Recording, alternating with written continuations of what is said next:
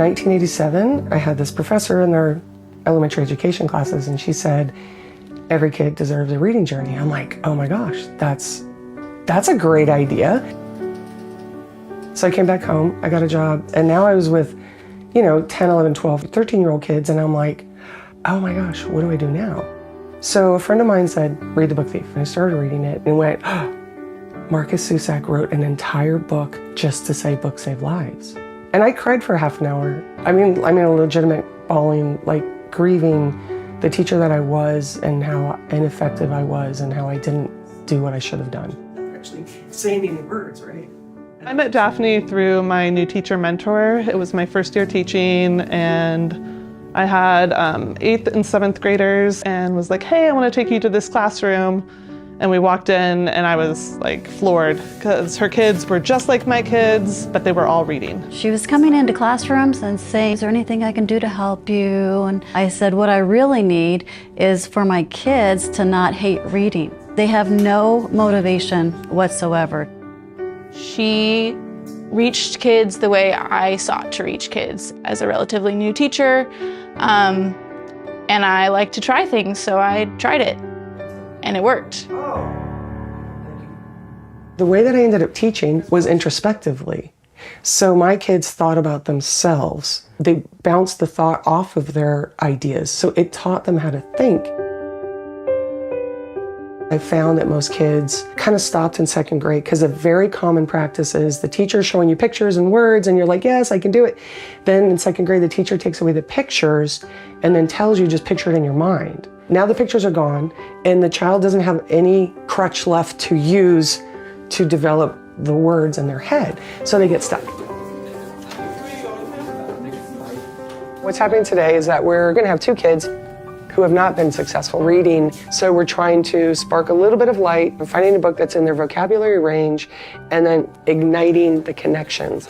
Well, tell us about how you got to this point.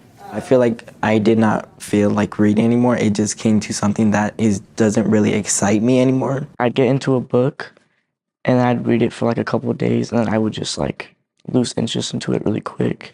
What I've found through research is that there's 3 things that every kid needs to become a reader. Number 1, making connections. If they can see that same character going through similar circumstances. I don't look at it the way like, oh, this is making a connection with me.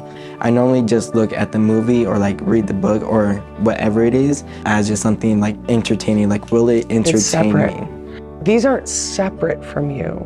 It's almost like when you pick one, the missing piece is you. So that when you read a sentence, you go, oh, well that reminds me of, oh, that reminds me of. The most important part is making the connection. So if you're teaching social studies, how do you guys look at the Civil War in relation to what's going on here now? They're like understanding and navigating a little bit better. Things make more sense to them. When you start making the connections with the characters and what's going on and what they're thinking and how they're feeling, then you feel and think with them because your brain and what you think and the images inside of here are better than anything someone could draw. You're pitching a kid something that they hated and you're trying to convince them you don't have to hate it still. So really what you're doing is committing to me, if you want, for 1 book. And then you come back on Monday and then we talk again and see if it worked. The second thing that they need is the time to read. Our test scores show giving our kids the time and the space to read has really paid off.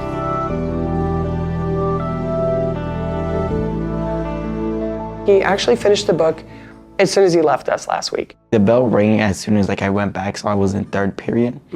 And I finished that book in that period and I came back to see if you guys were still here. And Really? Michelle Bitch told me that you guys just left. Okay, so what happened with that book at that time? I was able to make like more connections than I would, not a lot, but like maybe 2 or 3 more. And you saw the light starting to go on inside of him. And now that he has made them, He recognizes the work it takes to make them, but also the benefit of making them. It was just made me very happy that I was able to finally make one. I'm feeling a little bit more confident that I can do it. And I feel that like as more connections I make, I can feel more confident. During like my classes, I started reading the book Yeah. a little more, and I started liking the book a lot. Give us an example of a connection that really helped you. Like he was with his grandma, and that connected to me because when I was younger, my grandma took care of me a lot. Oh. I was with my grandma a lot, and I kind of made a little connection with that. We're talking about a kid who's 14 years old who has never successfully read. How does it feel when you make a connection? I don't know, it kind of feels good because I never like really been able to done that before. Yeah. And like now it kind of feels good.